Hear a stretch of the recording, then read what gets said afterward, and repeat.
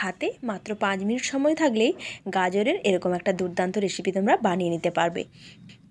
Hi guys, welcome back to my channel. কেমন আছো তোমরা? আশা করছি সবাই খুব ভালো আছো। আজকে আমি দারুণ একটা রেসিপি নিয়ে তোমাদের সামনে হাজির হয়েছি। রেসিপিটা দেখো, আশা করছি তোমাদেরও ভীষণ ভালো লাগবে।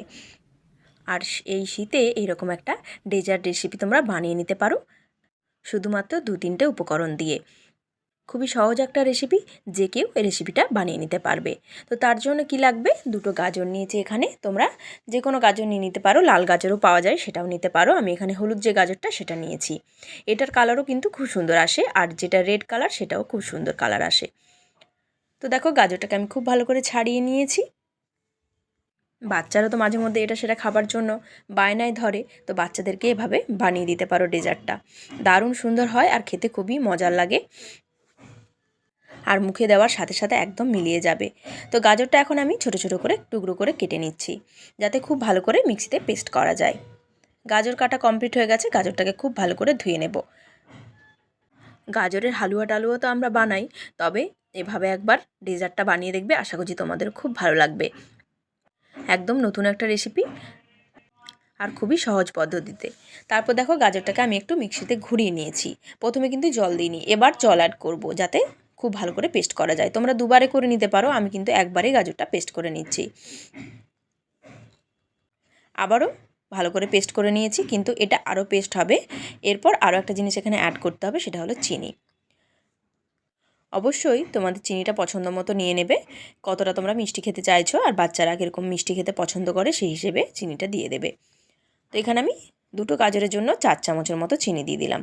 এরপর এটাকে একদম ভালো করে পেস্ট করে নিতে হবে। দেখতেই পাচ্ছ কত সুন্দর পেস্টটা হয়েছে, একটুও যেন দানা না থাকে। এবার আরও একটা জিনিস নিতে হবে, সেটা হলো এখানে আমি কাস্টার্ড পাউডার নিয়েছি।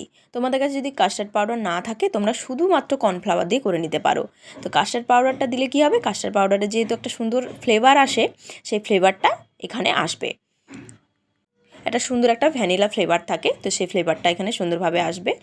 এরপর আমি 2 চামচের মতো এখানে কর্নফ্লাওয়ার দিয়ে দিলাম। 2টো গাজরের জন্য আমি 2 চামচ কর্নফ্লাওয়ার দিয়েছি। তোমাদের যদি বেশি হয়, মানে বেশি যদি পরিমাণটা নাও, তাহলে সেক্ষেত্রে কর্নফ্লাওয়ারের পরিমাণটা একটু বেশি নিতে হবে। আর এই ডেজার্টে কর্নফ্লাওয়ারটা কিন্তু মাস্ট দিতেই হবে। আর তোমাদের কাছে যদি কাস্টার্ড পাউডার না থাকে, তোমরা অল্প একটু ভ্যানিলা এসেন্স যেটা হয় সেটা দিতে পারো। এবার গ্যাসের চুলাটা অন করে আমি একটা কড়াই বসিয়ে কড়ার মধ্যে ওই পেস্টটা ঢেলে দিয়েছি। গাজর আর চিনি যে পেস্টটা করে রেখেছিলাম ওটা ঢেলে দিলাম। এবার আঁচটাকে কমিয়ে রেখে অনবরত নাড়াচাড়া করে এটা 5 থেকে 6 মিনিটের মতো কুক করে নিতে হবে, তাহলে গাজরটা সেদ্ধ হয়ে যাবে। যখন সেদ্ধ হয়ে আসবে, তখন এবার জল দিয়ে যে কর্নফ্লাওয়ারের গোলাটা করে রেখেছিলাম সেটা দিয়ে দিলাম। কর্নফ্লাওয়ারের গোলাটা দেবার পর আঁচটাকে একদম কমিয়ে দিতে হবে, আর অনবরত নাড়াচাড়া করতে হবে, যাতে তলায় দলা না বেঁধে যায়। 5 থেকে 6 মিনিট এভাবেই আমি রান্না করে নিচ্ছি। দেখতে পাচ্ছ কতটা গাঢ় হয়ে গেছে। এবার আমি এটাকে নামিয়ে নিলাম।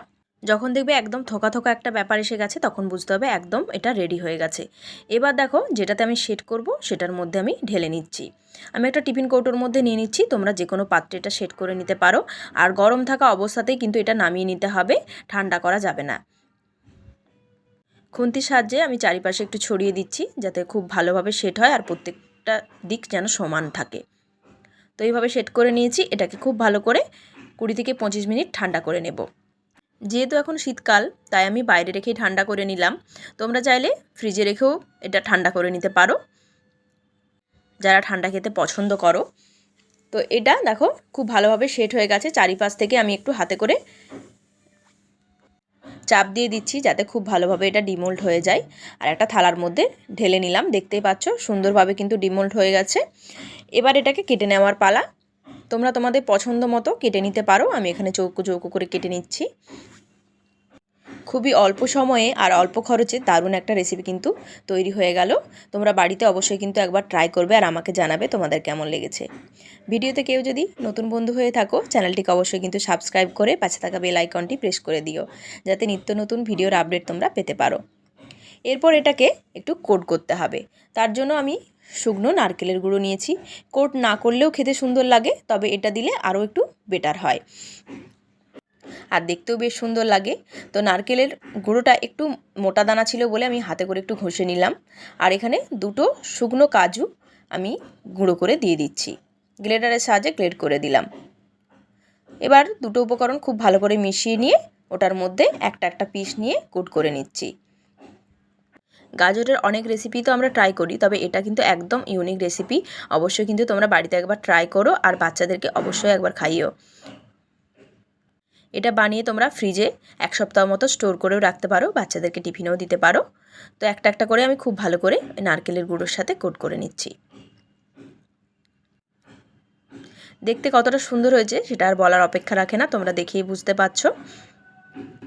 এটাকে তোমরা গাজরের বরফি বলতে পারো, গাজরের ডেজার্ট বলতে পারো, বা গাজরের হালুয়াও বলতে পারো। দারুণ লাগে কিন্তু খেতে, খুবই লোভনীয় ও মজার একটা রেসিপি। তো এটাকে ডেকোরেট করার জন্য আমি একটু কিশমিশ দিয়ে এটাকে সাজিয়ে নিচ্ছি, দেখো ঠিক যেন গাজরের বরফির মতোই দেখাচ্ছে। ভালো লাগলে কিন্তু অবশ্যই একটা লাইক আর বন্ধুদের সাথে শেয়ার করে দিও। আর একটা বরফি আমি তোমাদেরকে ভেঙে দেখাচ্ছি যে ভেতরটা কতটা সুন্দর হয়েছে, আর কালারটাও কিন্তু দারুণ সুন্দর এসেছে। তো আজকের মতো আসি, দেখা হবে নতুন কোনো ভিডিও নিয়ে।